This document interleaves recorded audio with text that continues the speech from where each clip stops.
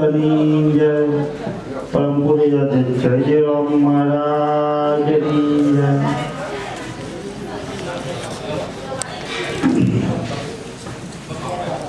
અત્યારે લગી ઘણા સત્સંગ પહેલા હું ઘણા સત્સંગમાં જાતો, પણ બધાય નામની વાત કરતા, પણ નામ દેહનું બતાવતા।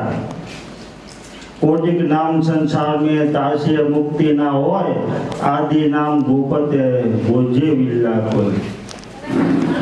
श्रीराम बापू पाई आया અને કીધું કે મારા નામની પારખ કરાવી છે, પણ જો દેહનું નામ હશે તો નહીં। અને જે ભૂપત નામ છે જે સંતોનું, એ નામને જો ઓળખાણ કરાવો તો ઓળખાણ કરવી છે। આવા સદગુરુ મહારાજે જ્યારે નામની ઓળખાણ કરાવી ત્યારે ખબર પડી કે જગત નામ કરે છે, પણ નામ કેવું હતું, કેવું અને કેવું નામ છે। 52 અક્ષરમાં બધા નામ ગોતી ગયા, આ તો 52 ની બારે નામ પડ્યું હે બાપુ। પણ આ જો આવા સદગુરુ મળે, જો ઉપદેશ લે તો હાથો બે છે, નગર નામ કરી તો ઘણા બધાના સત્સંગ બાપુ મેં સાંભળ્યા, પણ નામની પરિભાષાની જાણ નથી। આવા જો સદગુરુ પૂરા મળી જાય અને જો આવો ઉપદેશ લાગી જાય તો જ બાપુ આની દેહની પારખ થાય।